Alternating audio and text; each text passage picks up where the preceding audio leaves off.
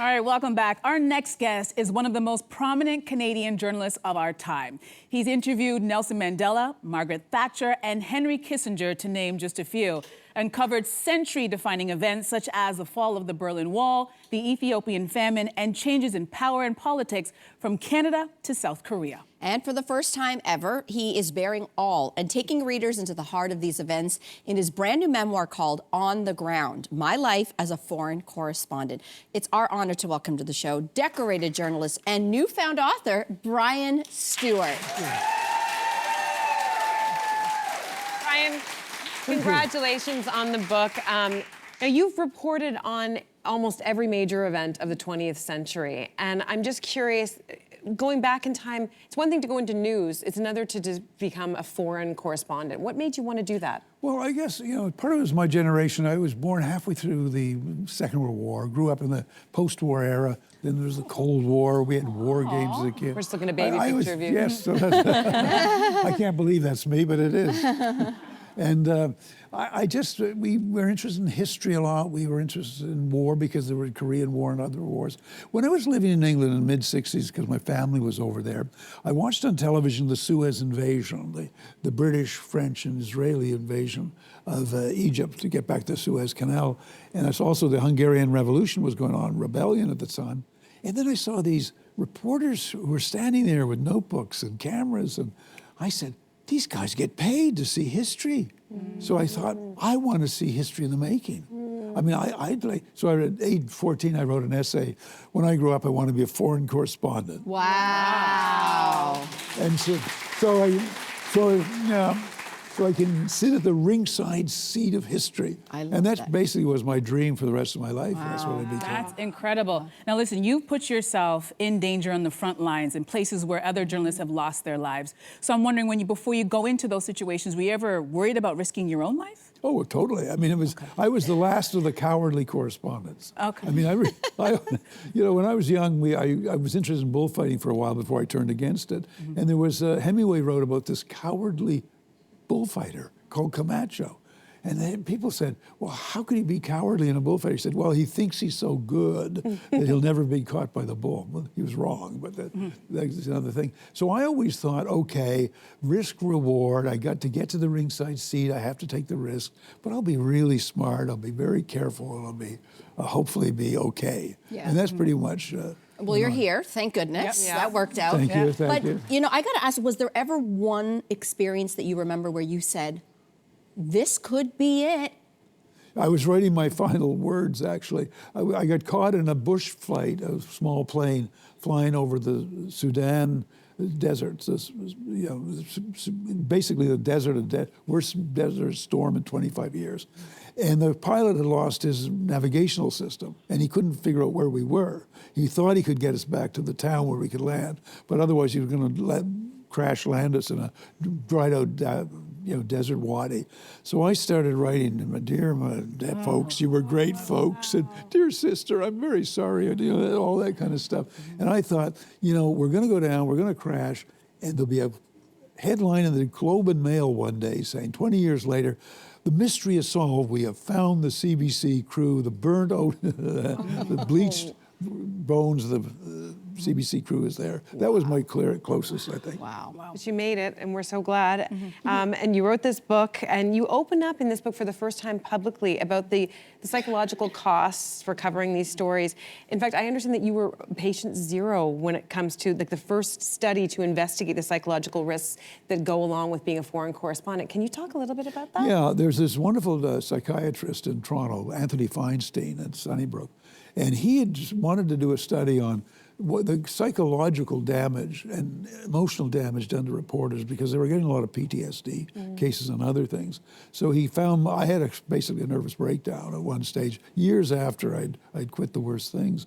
And he started me as a study. He thought there'd be a vast study, but there wasn't. So his was really the first. And he looked into, we all know these reporters stand out there and they're doing dangerous work and all that, but we don't quite understand the dangers of being a witness, of witnessing so many horrible, ghastly things, the murders, the dying children, the people who have no hope in life. And that can really build up. And that's basically leads to something called moral injury. It's a wound to the soul. And that's basically what a lot of journalists out there suffer from. Wow. All right, so Brian, you were the first to capture the child known as the face of famine during the Ethiopian crisis back in the early 80s. Now, many journalists have been criticized for capitalizing on crisis. And I'm just curious, what is your response to that? Well, I'm sure some do. I mean, it has been done. In this case, in Ethiopia, I saw this small girl collapse on the pavement, and I'd seen several girls die before that time, and I thought, my God, she may be dying too. They call a nurse, they rush her into the AIDS center, and they're told she'll be dead in 15 minutes. So looking at her dying face, we moved out, so we give her dignity in death, went back hours later to cover basically the burial. And she was alive. They stuck a needle in her, and she basically come back to life. We took footage of her face, not thinking anything much of it, and it was shown on Live Aid. David Bowie went out and insisted on showing that video, and it melted the phones all over the world. People just started crying and sending money in. Years later, I said, you know, I can't just leave that girl unknown out there. So I went back 4 years later to try and find her, not thinking I ever would. But miraculously, we did find her. Wow. And I did a story called Life After Death, that if she can survive... Now, which girl is she, Brian? Which girl is she? On the left. Okay. In the white? This is not... Wearing all white. This was years after that. I go back several times since. I've been back to Ethiopia many times. We're now close friends of the family. We saw to her education. We support her charity. She's working in charity over there now. And last weekend, we Zoomed. The family's back and forth. So what a life, right? What a world. That is lovely. I have to add, I think, you know, we've all been following, you know, recent stories, recent wars in the news, and I get the sense that it is less safe now to be a war journalist or foreign correspondent than ever before. If you were to start your whole career over again, do you think you would have chosen the same path? Right now? Yeah. No.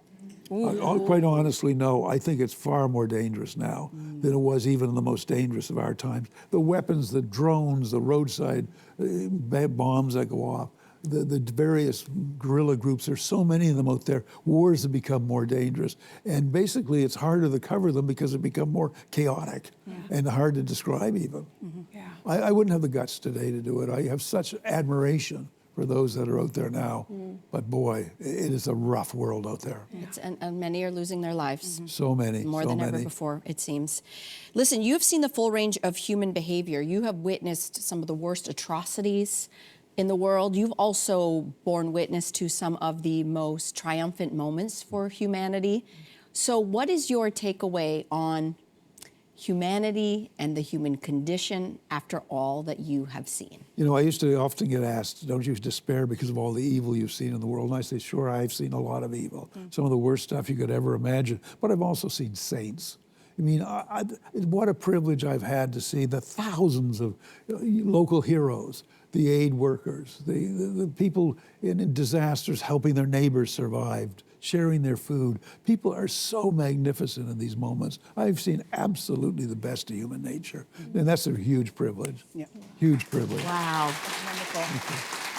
Brian, thank you for all of your dedication to tireless journalism and for writing this book as well and for sharing some time with us today. Thank you. We really appreciate It's it. great to you. All right, the book is called On the Ground. It will be available today, but studio audience, boy, you are lucky. You're getting your copy today. All right, let's take a break. We'll be back right after this. Hey, you, come a bit closer. We've got so many more must-see interviews, spicy debates, lifestyle tips, and pop culture moments. So subscribe to our channel by tapping the logo below and don't miss out.